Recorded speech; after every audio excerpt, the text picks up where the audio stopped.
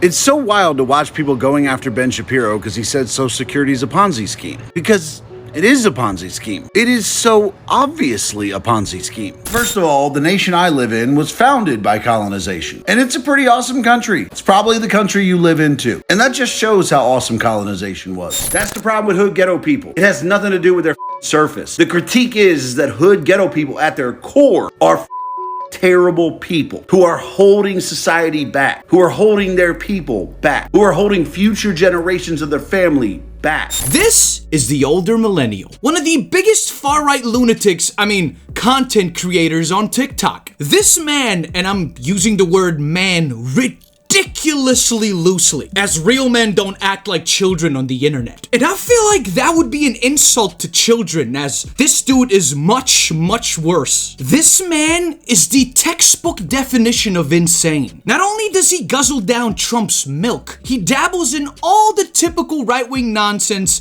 that almost all of them diddle in. Pure misogyny, racism on every aspect, and not just towards black people. Oh, no. Anyone that doesn't look like me. Anti-abortion, anti-children, pro-life, the works. Oh, and he loves to stick gun barrels up his ass, cause apparently he's one of those real gun owners. Like, I genuinely believe this dude is disturbed. Listen to what he thinks of the people of Gaza. And I'm sorry, but Palestine over decades has launched thousands upon thousands of rockets into civilian areas in Israel trying to murder them. So I don't care. If Israel wipes out everyone in Gaza, I don't care. You can call it ethnic cleansing. You can call it a genocide. You can call it whatever the you want because I don't care. If Israel plows that into a beachfront parking lot, I will one day hope to park there. That's how little I care. This little cupcake here said, I don't care if they make a beachfront parking lot out of Gaza. I hope to park there one day. Think about this for 1 second, okay? This is so racist and obviously could care less that it's blatant as He doesn't even comprehend how racist he actually is. He took his little iPhone, got on TikTok, pressed the record button, and stuck his brown duty hole in all our faces. When I look at his videos and stare at that face, I can't unsee buttholes as his eyes. I just can't. And I know now, you won't unsee it either. This is permanently scarred in your mind. You're welcome. But you know what? We need to talk about your name. You need to take the word millennial out of your username. That gotta go. Throw it out, cause you, Cupcake, you're not a millennial. Actually, we don't claim you as a millennial. You have fallen 2 generations. You're a boomer. You're getting chucked in with them cause that's where your mindset lies. Boomers, the generation that had everything handed to them. The generation that could afford everything in one household income. The generation that couldn't stand progression. Honestly, I'm ashamed to be in the same generation as you. I've known of this man-child for a couple years now, and I've never really wanted to give him any attention, and I haven't. But I officially decided to venture to this dude's TikTok channel, searched around to see what all the hype was about, and lost roughly 50,000 brain cells watching his content, and I didn't even have to look far. I found some of the most ridiculous, controversial, outright dumb as nonsensical idiocy.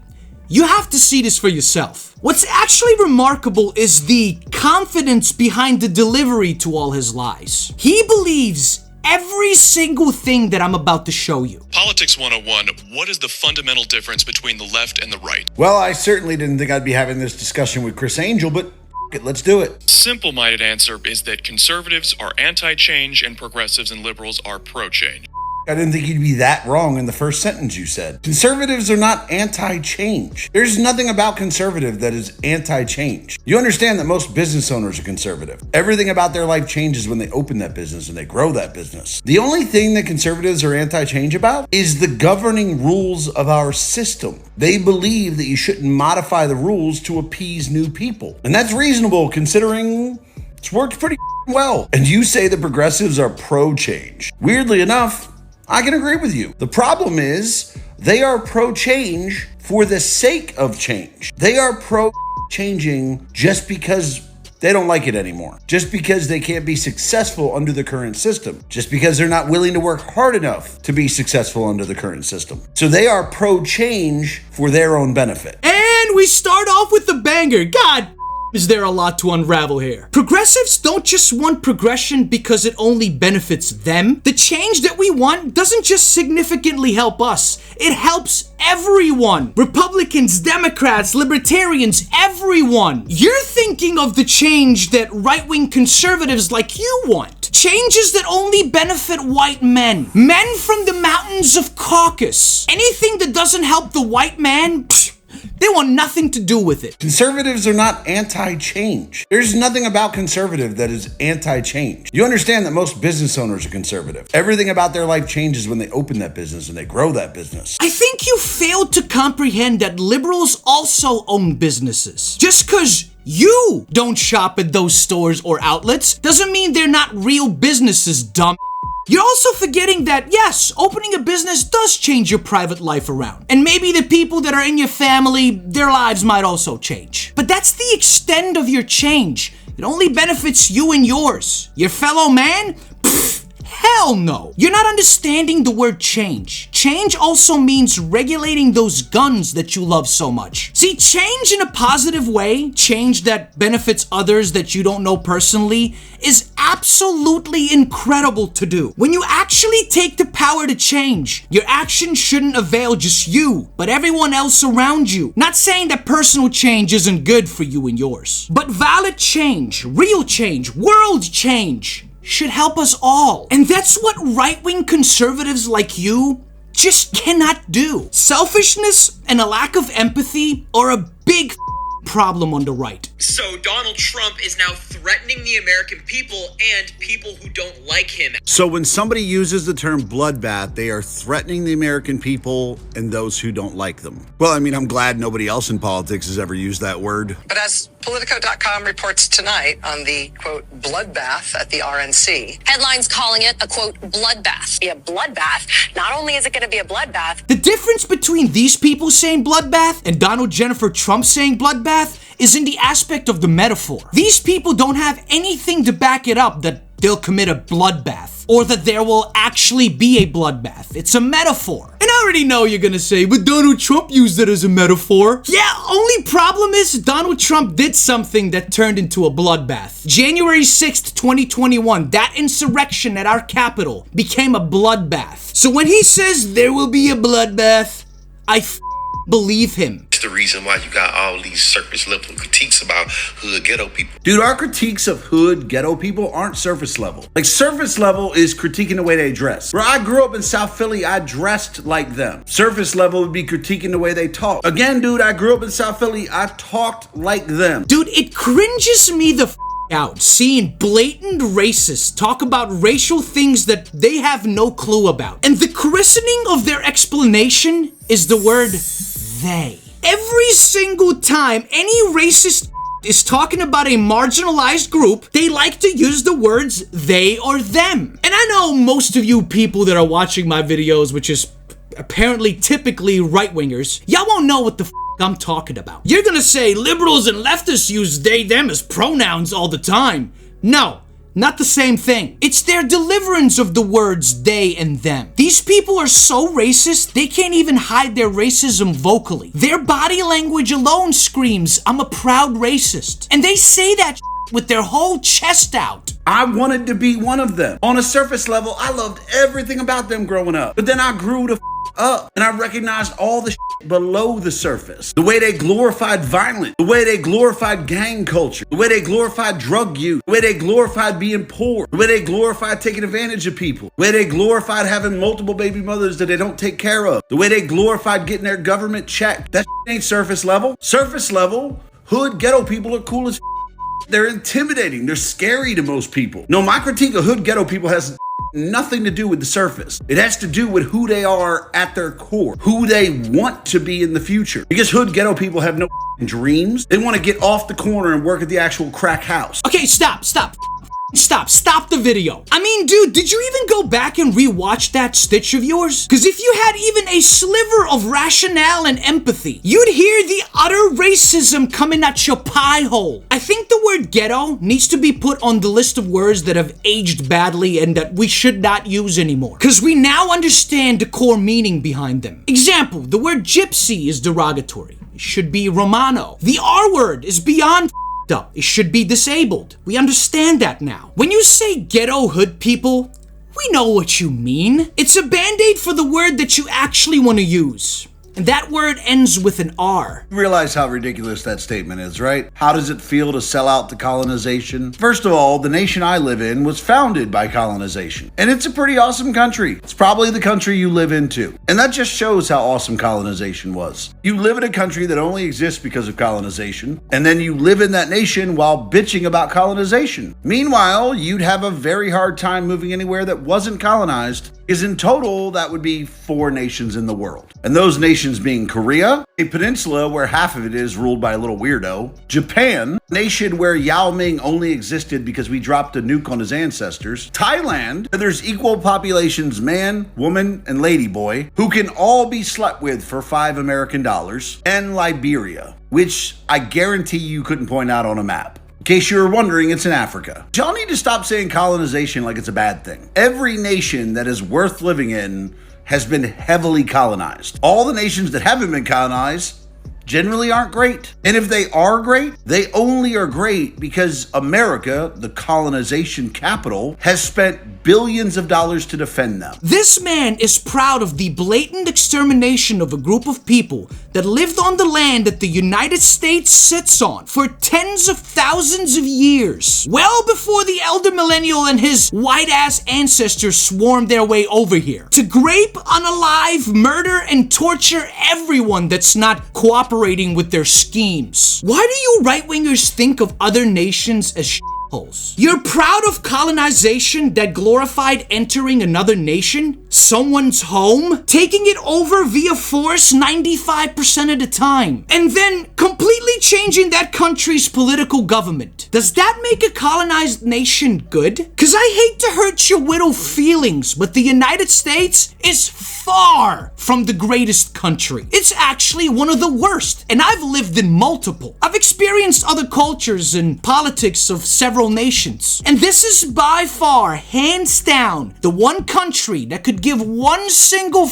about its citizens. But remember, he said colonization is so good. The Trump supporters in my comments are really pissed off that I'm using their taxpayer money for food stamps. Nobody's mad you're using taxpayer money for food stamps. That's what that program's there for. And I hope you and your child are safe and taken care of. What people were giving you about was when you called the government daddy. It was when you pretended that the government somehow stopped you from getting an abortion, which they didn't. You could still get an abortion in the vast majority of the states in the US. You could have also put your kid up for adoption. And let's be real, you also could have just closed your legs, or used protection, or used birth control, or used Plan B. Like, there are a million different ways that you could have not had that child. Hi, I'm the elder millennial, and I believe women are pieces of that deserve to be raped and should have to keep their rapist's baby. And this is the same dude that says that he isn't a conservative or anything. He's a self-proclaimed free thinker. And honestly, I think that's just something right-wingers like to say when they know that they're pieces of so that it seems like that they don't associate themselves with misogynistic, bigoted racists, even though that they are themselves misogynistic, bigoted racists. I've heard other righties say that they're free thinkers.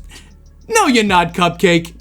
You're just a racist. But let's be real, you had that child because you knew you were going to be taken care of by the government. And that's what we're going to remove once Trump's in office. We're going to remove the financial incentive for you to just pop out kids. We're going to remove the financial incentive for you to be promiscuous. And we're going to add consequences for your bad decisions. And by the way, thank you for admitting that everybody who's working hard and paying taxes is a Trump supporter, because that's what you said in your original comment. Because the only people who would be giving you about living off of government benefits are the people funding those government benefits, the hardworking people of America that are paying taxes. And you pointed out that they're all Trump supporters, which, let's be real, is something we already knew, but it is fun to watch people like you admit it. You do know that liberals pay more in taxes than conservatives, right? Like, how can you even say that nonsense? You obviously didn't do your research, and That's common on the right. It's kind of logical that, yes, liberals would pay more in taxes. They like paying taxes. They also like raising taxes for things conservatives don't like. So you saying that specifically Trump supporters pay all the taxes, or most of the taxes in the country, is statistically wrong. Not saying conservatives don't pay taxes, they do. But do they pay the most?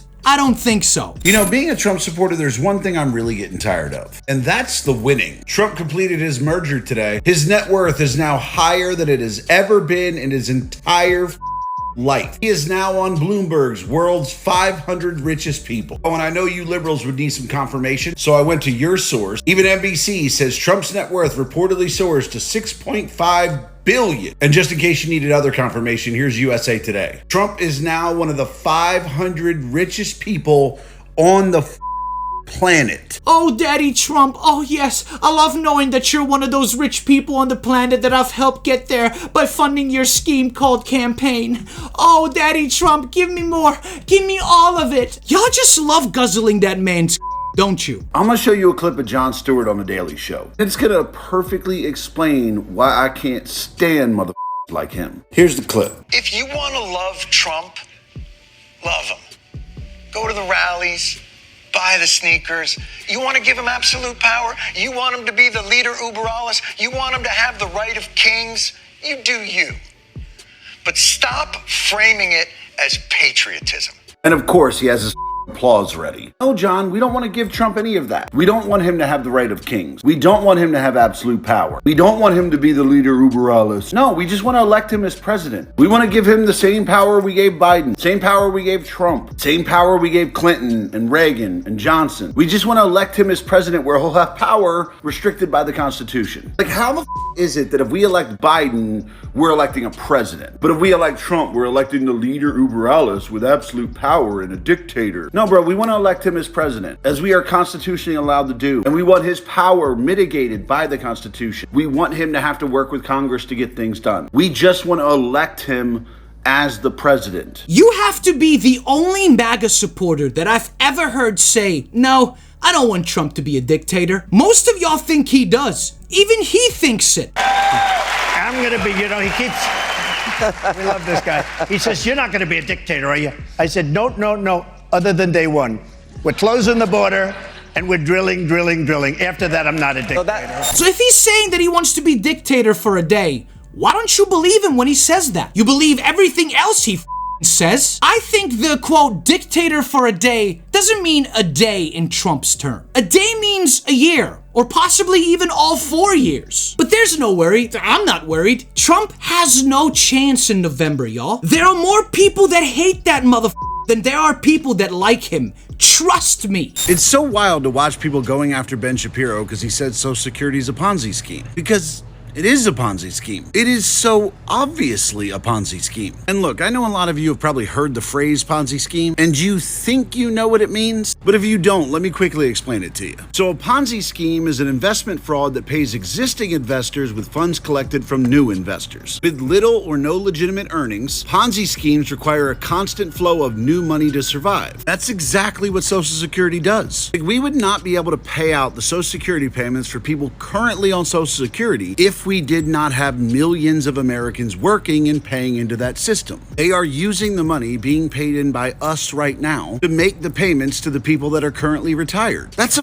Ponzi scheme. In the last 3 years that I've been doing political content here on my YouTube channel, this is by far the dumbest thing that I have ever heard. This is on JLP levels, seriously. And the fact that you got this from Ben, I don't make my wife wet Shapiro, just firmly completes this stupidity. You saying you got this information from Ben Shapiro is equivalent of me getting my cooking lessons from Jeffrey Dahmer. Do you not want Social Security when you're old and decrepit? I mean, I'll gladly take your Social Security because I'm gonna retire one day and I could use your money. And your explanation for Ponzi Ponzi scheme, be it the definition is correct. The issue is that this definition doesn't connect to the system we have set up for Social Security. Are you saying that I'm able to just take the money out whenever I want? I can have my Social Security money now? Because a Ponzi scheme allows you to cash out at any time. With the government not allowing you to take it out, makes it not a Ponzi scheme. How can you even compare the two? And how can you talk about something that's literally going to help you when you get to the end of your life, which isn't long according to those crow's feet? Are you sure you're a millennial? And now I want to share, in my opinion, his most controversial video to date. The utter racism, anti-Semitism, Islamophobia, and xenophobia you're about to hear in this 1-minute video will leave you speechless. I'm pretty sure in this comment you meant funding, but yeah, I'm okay with that. Like, not only am I okay with it, but I think the Palestinians have had it coming for a long time. Because ever since the founding of Israel and Palestine, the Palestinians have tried to murder all the Israelis. Like, they attacked Israel before Israel was even a full day old. So I'm gonna be dead honest with you. I don't care what happens to the people of Palestine. I certainly don't care what happens to the people who support Hamas. But I'd be lying if I said I gave a shit about everyone else too. I don't care. Israel is our ally. They have been with us through thick and thin. They are extremely important to us and extremely strategic. But even more than that, their people deserve to live in peace. The Israelis deserve to not live under the threat of genocide from the Middle East every day, which is what they're currently doing. And I'm sorry, but Palestine over decades has launched thousands upon thousands of rockets into civilian areas in Israel trying to murder them. So I don't care. If Israel wipes out everyone in Gaza, I don't care. You can call it ethnic cleansing, you can call it a genocide, you can call it whatever the you want, because I don't care. If Israel plows that into a beachfront parking lot, I will one day hope to park there. That's how little I care. Those are the true colors of what these people think of that situation. See, if the elder millennial actually had to experience his house getting bombed, he wouldn't be uttering those horrid words on the internet. If he had family members going through what Palestinians are going through right now as you're watching this video, he wouldn't be vomiting those words on the internet. White men sitting comfortably in their suburban home, talking into a camera about things they will never experience in their life, and should be praying to whatever God they believe in that never happens. Researching this and writing this episode infuriated me. Saying that is an understatement. I had to tell myself to tone down because I wrote much more vile about this motherfucker. This job is gonna give me a heart attack one day, I swear to God. Let me know what y'all think of this. Let me know in the comment section if you want me to do more deep dives like this. I had a lot of fun doing this, but God damn, it didn't make me angry. If you have anyone else you'd like me to dig into, leave it in the comment section below, and I'll see you there. And don't forget to give this video a like, spread it to more leftists and progressives. It really helps out the channel. Thanks so much, friends. And check out more of my series, Republicans Say the Darndest Things, right here. And if you can, please support the channel on Patreon. I will leave those links as always right here and in the description below. I really hope to see you there. And if you haven't already, please subscribe to the YouTube channel for weekly leftist progressive videos. And I am out.